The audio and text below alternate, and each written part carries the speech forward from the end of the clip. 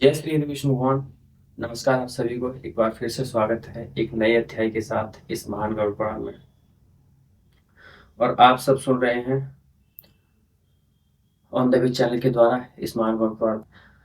ठीक है, तो उसको अध्याय को पढ़ने से पहले हम इसमें जो दी हुई स्तुति है उसको पढ़ते हैं, मतलब उसको करते हैं भगवान विष्णु की। उसके बाद हम अपने अध्याय को आरंभ करेंगे। तो आइए आप सब भी हमारे साथ मिलके इस स्तुति को करें। तुमेव माता च पिता तुमेव, तुमेव बंधु च सखा तुमेव, तुमेव विद्या द्रविणं तुमेव, तुमेव सर्वं देव देव। जय श्री विष्णु। तो आइए अब हम अपने अध्याय की ओर बढ़ते हैं और उसका नाम एक बार और जान लेते हैं, जिसका नाम है नीति सार। ठीक है,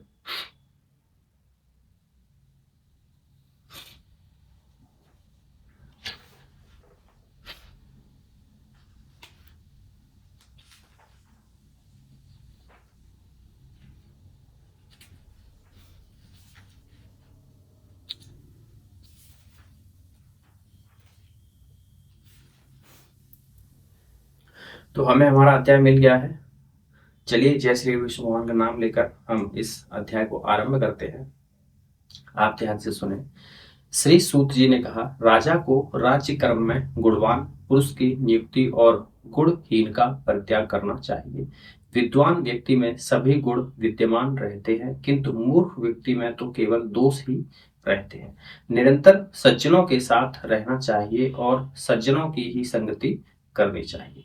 विवाद एवं मैत्री भी सज्जनों के साथ ही करनी चाहिए। दुर्जनों के साथ कुछ भी नहीं करना चाहिए। पंडित, विनीत, धर्मज्ञ एवं सत्यवादी जनों के साथ बंधन में भी रहना श्रेयस्कर है, किंतु दुष्टों के साथ राज्य का भी उपभोग करना चाहिए, उचित नहीं है। अब इसमें श्लोक दिया है, हम उसको पढ़ेंगे। सद्धिरा सद्धिरा सीत सतम सततम सद्धि कुर्वित संगतिम सद्धि सद्धिर्विवाद मैत्री च नासिद्धि किंच दाचरेत पंडितैश्च विनीतैश्च धर्मज्ञे सत्यवादिभिः बन्धनस्थोऽपि तिष्ठेच्च न तु राज्ये खले खलेहं सा। सभी कार्यों को पूर्ण कर लेना चाहिए, कोई काम अधूरा नहीं छोड़ना चाहिए। इससे सभी प्रकार के अर्थों की प्राप्ति होती है।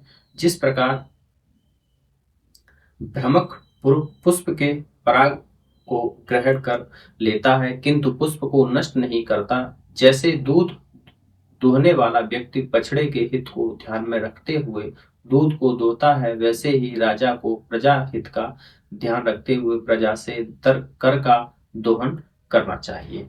जिस प्रकार मधुमक्खी एक एक पुष्प से मधु को ग्रहण कर उसे एकत्र करती है, उसी प्रकार राजा को भी प्रजा से धन संग्रह करना चाहिए। जैसे वाल्मीकि मतलब बॉम्बी, मधुमक्खी छत्ता तथा शुक्ल पक्ष का चंद्रमा प्रतिदिन थोड़ा थोड़ा बढ़ता है, वैसे ही राजा का द्रव्य तथा भिक्षा भी धीरे धीरे थोड़ा थोड़ा धर्म पूर्वक संग्रह करने से बढ़ते रहते हैं। समुचित रीति से अर्जित किए गए धन का भी क्षय होता ही है और श्रद्धा पूर्वक दीयमान दान कोटि गुणित होकर यथा समय मिलता ही है। इस वास्तविकता को ध्यान में रखते हुए अपना कोई भी अपना कोई भी दीन दान अध्ययन या सत्कर्म से विहीन नहीं होने देना चाहिए। रागी व्यक्ति से वन में भी दोष हो जाते हैं, अतः घर में मनुष्य के द्वारा किया गया पंचेंद्रियों का निग्रह तब ही जो व्यक्ति जितेंद्रिय होकर अनिंदित कर्मों में प्रवृत्ति हो सामग्र की ओर बढ़ता जाता है, उस विषय वासनाओं से दूर निवृत्त मार्ग वाले के लिए उसका घर ही तपोवन है। सत्य के पालन से धर्म की रक्षा होती है, सदा अभ्यास करने से विद्या की रक्षा होती है, मार्जन के द्वारा पात्र की रक्षा होती है और सील से कुल की रक्षा होती है।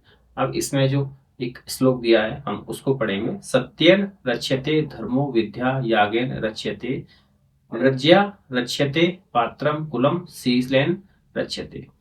विंध्याटवी में निवास करना मनुष्य के लिए अच्छा है। बिना भोजन किए ही मर जाना श्रेयस्कर है। सर्प से पर्याप्त भूमि पर सोना तथा कुएं में गिरकर मृत्यु को प्राप्त करना उचित है। जल के आव, आवर्य आवर्त युक्त भयंकर भंवर में डूब मरना श्रेष्ठ है। किंतु अपने ही पक्ष के आत्मीय जन से थोड़ा धन मुझे दे दे, इस प्रकार याचना करना अच्छा नहीं है। भाग्य का हास्य होने से मनुष्य की संपदाओं का विनाश होता है, न कि उपभोग करने से। पूर्व जन्म में यदि पुण्य अर्जित है तो संपत्ति का नाश कभी नहीं हो सकता। ब्राह्मणों का आभूषण विद्या, पृथ्वी का आभूषण राजा, आकाश का आभूषण चंद्र एवं समस्त चराचर का आभूषण शील है। अब इसमें एक और श्लोक दिया है, उसको हम पढ़ेंगे।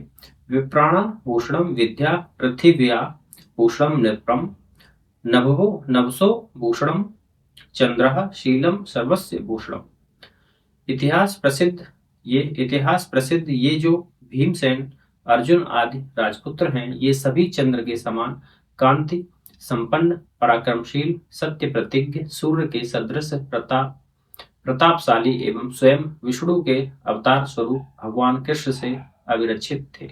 फिर भी इन लोगों को कृपण धृतराष्ट्र की पर्वत परवश के माफ कीजिए परवशता के कारण भिक्षाटन करना पड़ा।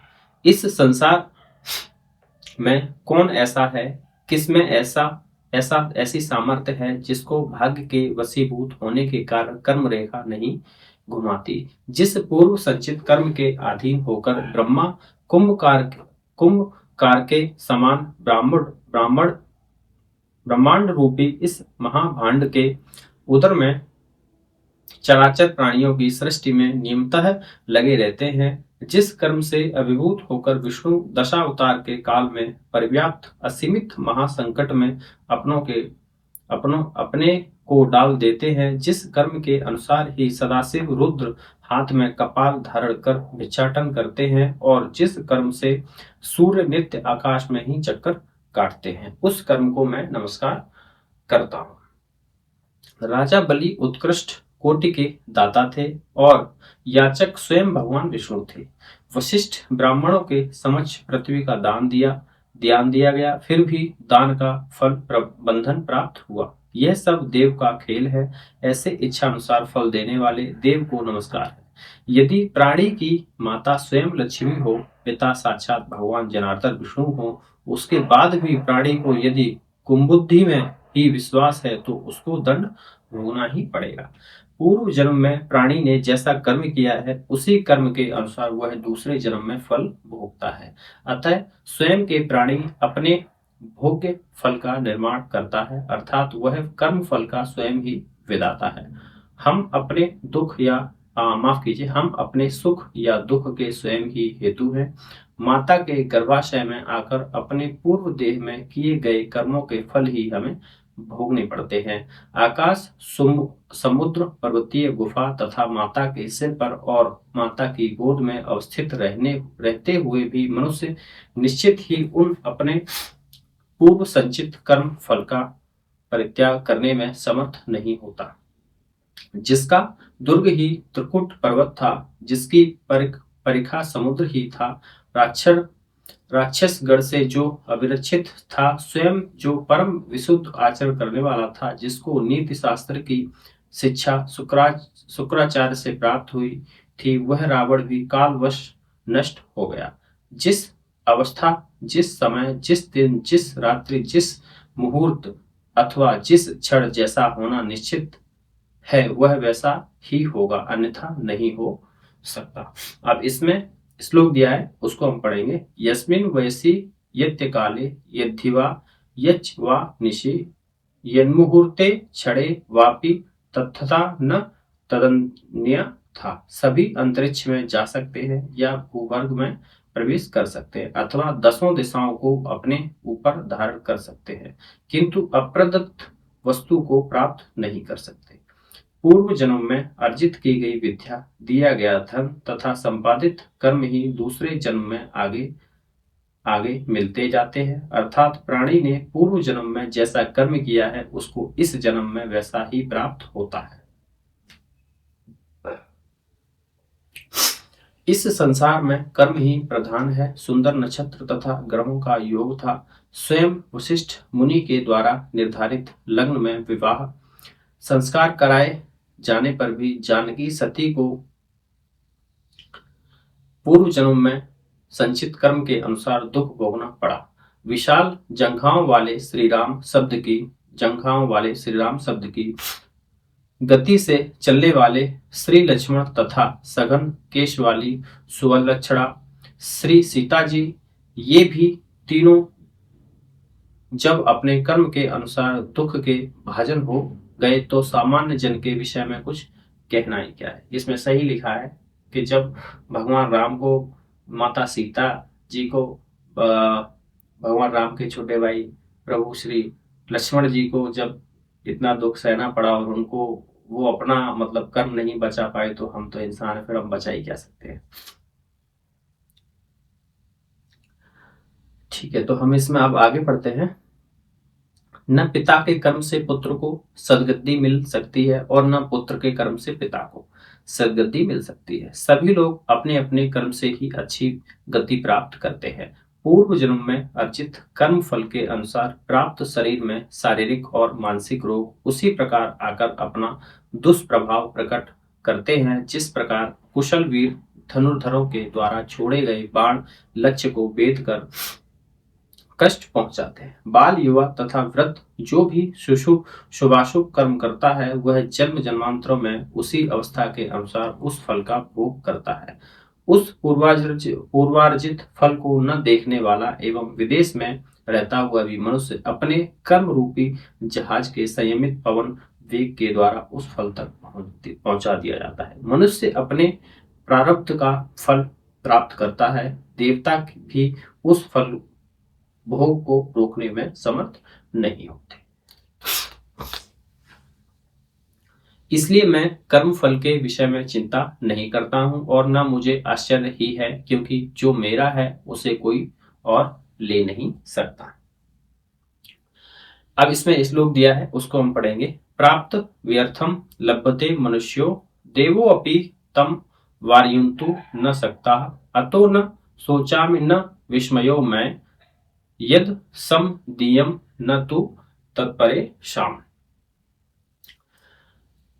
जैसे सांप, हाथी और चूहा ये शीघ्रतावश क्रमशः कुआ अपने वास स्थान तथा बिल तक ही भाग सकते हैं, इससे आगे कहां तक जा सकते हैं। इसी तरह अपने कर्म अथवा भाग से कौन भाग सकता है, सब तो उसी के अधीन है। सद विद्या देने से उसी प्रकार बढ़ती है, कम नहीं होती। सद विद्या देने से उसी प्रकार बढ़ती है, कम नहीं होती। जिस प्रकार कुएं से जल ग्रहण लेने पर भी कुएं का जल बढ़ता ही रहता है, घटता नहीं है। जो धन धर्मानुसार अर्जित किया जाता है वही वास्तविक धन है। धर्म से प्राप्त हुआ धन जो मनुष्य के ऐश्वर्य का नाश होता है, इस संसार में धर्मार्थी ही महान होता है। धन की अपेक्षा करने वाले मनुष्य को निश्चित ही श्रेष्ठ जनों के दृष्टांतों के स्मरण करके धनोपार्जन में तत्पर होना चाहिए। अन्नार्थी कृपण व्यक्ति जिन दुखों को भोगता है, यदि धर्मार्थी होकर वह उन दुखों का चिंतन करे तो पुनः उसको दुख का पात्र होना ही न पड़े। सभी प्रकार की शुचिता में अन्न की शुचिता ही प्रधान है। जो मनुष्य अन्न और अर्थ से पवित्र है वही शुचि है। केवल मिट्टी और जल से शुचिता नहीं आती।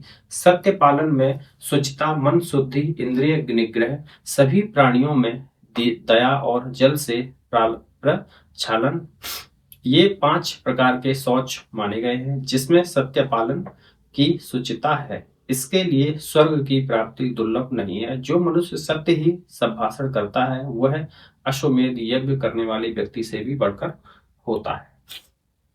तो अब इसमें हम एक श्लोक पढ़ेंगे जो दिया गया है। सत्यम शौचम मनम शौचम सोच मिंद्रिय निग्रह सर्वभूते दया शौचम जल शौचम च पंचमम। यस्य सत्यम ही शौचम च तस्य स्वर्गो न दुर्लभम सत्यम ही वचनम यस्य सौ अश्वमेधाद्विष्यते। दुष्ट स्वभाव से अपनी आत्मा को दबाकर रखने वाला दुराचारी पुरुष हजारों बार मिट्टी के लेप तथा सैकड़ों बार जल के प्रचालन से पवित्र नहीं हो सकता। जिसके हाथ पैर एवं मन सुसंयत है, जिसे अध्यात्म विद्या प्राप्त है, जो धर्म पालन के लिए कष्ट सहन करता है तथा जिसके सत्कीर्त अर्जित की है, वही तीर्थों का यथार्थ फल भी भोगता है। अब इसमें श्लोक दिया है, उसको हम पढ़ेंगे। यस्य हस्तो च पादौ च मनश्चैव सुसंयतम विद्या तपस्व कीर्तिश्च स तीर्थ फल मसनुते। जो मनुष्य सम्मान से प्रसन्न नहीं होता, अपमान से क्रुद्ध नहीं होता एवं क्रोध के आने पर मुंह से कठोर वाक्य नहीं निकालता, ऐसे ही मनुष्य को साधु पुरुष समझना चाहिए। न प्रहस्यति सम्माने सम्माने नार्व माने प्राकुप्यति न क्रुद्ध पुरुषम ब्रूयादेतत् साधुस्तु लक्षणम। विद्वान मधुरभाषी भी कोई व्यक्ति यदि दरिद्र है तो उसके समयोचित हितकारी वचनों को सुनकर भी कोई संतुष्ट नहीं होता। यदि कोई मनुष्य मंत्र या बल के प्रभाव से अथवा बुद्धि और पुरुष के बल पर अलभ्य अदृष्ट वस्तु को प्राप्त नहीं कर पा रहा है, तो उस विषय में मनुष्य को किसी प्रकार का खेद नहीं करना चाहिए। यह अयाचित कोई वस्तु मुझे प्राप्त हो और पुनः वह मेरे पास से चली जाए तो कष्ट होता है, किंतु जो जहां से आई थी वह पुनः वहीं चली गई तो उसमें कैसा दुख करने का कोई औचित्य ही नहीं है। रात्रि में सदैव एक ही वृक्ष पर नाना प्रकार के पक्षियों का समूह सड़ लेता है, किंतु प्रातः काल होते ही वे सभी भिन्न भिन्न दिशाओं में चले जाते हैं। उस आश्रय के विषय में उन लोगों को कौन सा दुख होता है। इसी दृष्टांत को ध्यान में रखकर मनुष्य को वियोग जन्य दुख में खिन्न नहीं होना चाहिए। एक साथ सामूहिक रूप में चलने वाले में यदि कोई एक त्वरित गति से चल रहा है तो उससे ईर्ष्या क्यों की जाए। हे शौनक, सभी प्राणियों या पदार्थों की उत्पत्ति पूर्व में स्थित नहीं थी और निधन के अंत में भी उनकी स्थिति नहीं रहेगी। सभी पदार्थ मध्य में ही विद्यमान रहते हैं, इसमें दुख करने की क्या बात है। अब इसमें जो श्लोक दिया है उसको हम पढ़ेंगे। अव्यक्ता दीन भूतान व्यक्त मध्यान शौनक अव्यक्त निधान्य। समय प्राप्त न होने से पहले प्राणी सैकड़ों बाढ़ लगने पर भी नहीं मरता और समय के आ जाने पर कुश की नोक लग जाने से भी वह जीवित नहीं रहता।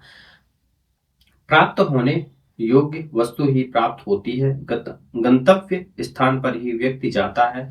अतः प्राणी को जो दुख सुख प्राप्त होने योग्य है वही उसको प्राप्त होता है। मनुष्य प्राप्त होने योग्य अमुक वस्तु को ही प्राप्त करता है तो वह अभिलषित वस्तु के लिए नाना प्रकार से प्रयास करके क्या प्राप्त कर लेगा। उसका तो अपने को अभावग्रस्त समझकर प्रलाप करना व्यर्थ ही है। जिस प्रकार प्रार्थना आदि के बिना ही यथा समय वृक्ष के द्वारा प्राणी को अपने समय पर ही फल फूल की प्राप्ति हो जाती है, उसी प्रकार पूर्व जन्मकृत कर्म भी अपने समय के अनुसार यथोचित फल देता है। व्यक्ति में अवस्थित सील, कुल, विद्या, ज्ञान, गुण तथा कुल शुद्धि उनको कुछ देने में समर्थ नहीं है। पूर्व जन्मकृत तप से प्राप्त हुआ उसका भाग्य ही समय के अनुसार वृक्ष की भांति उसे फल देता है। प्राणी की मृत्यु वहां होती है जहां उसका हंता विद्यमान रहता है। लक्ष्मी वहीं निवास करती है जहां संपत्तियां रहती है। ऐसे ही अपने कर्म से प्रेरित होकर प्राणी स्वयं ही उन स्थानों पर पहुंच जाता है। पूर्व जन्म में किया गया कर्म कर्ता के पीछे पीछे वैसे ही रहता है जैसे गोष्ठ में 1000 गायों के रहने पर भी बछड़ा अपनी माता को प्राप्त कर लेता है।